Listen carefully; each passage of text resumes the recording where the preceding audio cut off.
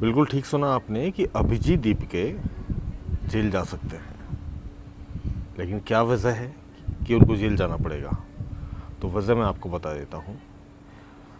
Cockroach जनता party के founder Abhijit Dipke उन्होंने एक ऐलान किया है अभी कि 6 तारीख को वो दिल्ली आ रहे हैं और जंतर मंतर पर धरना देंगे धर्मेंद्र प्रधान जी के खिलाफ। मांग है कि धर्मेंद्र प्रधान जी जो शिक्षा मंत्री हैं उनका इस्तीफ़ा दिया जाए। अब हालांकि काफ़ी दिनों से जिद्दोजहद चल रही है, धर्मेंद्र प्रधान जी इस्तीफ़ा देने के लिए राज़ी नहीं है अभी तक तो, और कॉकरोच जनता पार्टी लगी हुई है। अब कॉकरोच जनता पार्टी वो पार्टी है जिसने 4 दिन में सोशल मीडिया पे लोगों की नींद उड़ा दी। सबसे बड़ी पार्टी बीजेपी की रातों की नींद उड़ गई 4 दिन में। हालांकि बैन भी किए गए उनके पेजेस, लेकिन फिर भी जगह जगह लोगों ने प्रोटेस्ट करना शुरू किया, लोग उनसे जुड़ते चले गए। और अब खुद अभिजीत दीपके फॉरेन से, जो फॉरेन कंट्री में बैठते हैं, वहीं रहते हैं, वहीं पढ़ाई कर रहे थे, अब वो आ रहे हैं इंडिया। इंडिया किस लिए आ रहे हैं? जंतर मंतर पर धरना देना है उनको। अब मेरी 2 चीज़ें मैं आपसे जानना चाहता हूँ कि उनकी मांग है कि धर्मेंद्र प्रधान इस्तीफ़ा दें, जो शिक्षा मंत्री हैं। अब आप मुझे एक चीज़ बताइए और सोच के बताना कि क्या धर्मेंद्र प्रधान जी के इस्तीफे से पेपर लीक्स बंद हो जाएंगे? जितने लोगों के साथ जो खिलवाड़ हुआ है रोज़गार को लेके, बेरोज़गारी को लेके, क्या वो ठीक हो जाएगा? आपको लगता है क्या कि उन्होंने इस्तीफ़ा दे दिया, ठीक है, तो सब कुछ ठीक हो जाएगा एकदम से? पेपर लीक्स बंद हो जाएंगे, रोज़गार बढ़ जाएंगे, जो बेरोज़गार हैं वो एकदम खुश हो जाएंगे, ऐसा आपको ऐसा लगता है? या फिर दूसरी चीज़ है कि सिस्टम में कुछ बदलाव होने चाहिए। पेपर लीक्स क्यों हो रहे हैं उसे रोकना चाहिए।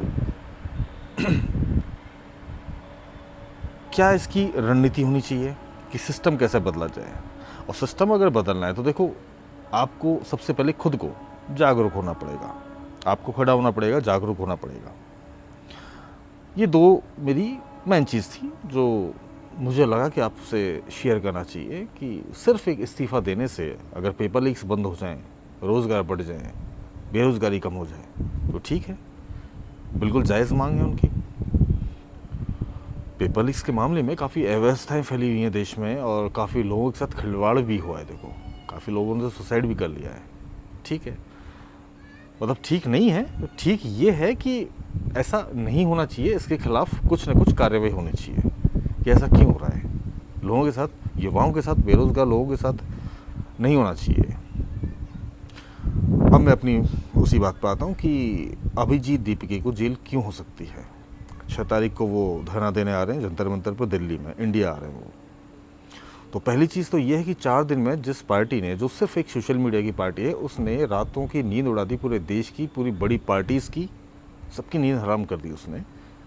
हालांकि उसके पेजेस भी बंद कर दिए गए थे। तो अब अगर वो खुद आ रहा है तो मुझे लगता है कि शांति भंग के आरोप में, अव्यवस्था के रूप में किसी न किसी के बहुत सारे तमाम तरह के आरोप उनके ऊपर लगाए जा सकते हैं, क्योंकि मुझे लगता है कि जब वो यहाँ आएंगे तो काफ़ी उग्र रूप से लोग, जो जिस तरीके से अभी प्रोटेस्ट चल रहे पूरे देश में, जगह जगह अलग अलग राज्यों में बेरोज़गारी को लेके, तो अगर वो यहाँ आते हैं और लोग अगर उग्र रूप धारण कर लेते हैं किसी भी तरीके से, तो मुझे लगता है किसी न किसी रूप में उनको जेल जाना पड़ सकता है, किसी न किसी तरीके से वो आरोपों में घिर सकते हैं, ऐसा मुझे लगता है।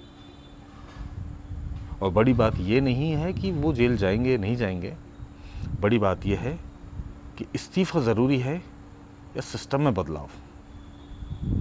प्लीज़ आप अपने कमेंट्स मुझे बताएं कि क्या ठीक लगता है, क्योंकि अगर ये कल के दिन इस्तीफ़ा दे भी दें तो क्या गारंटी है कि सब कुछ ठीक हो जाएगा?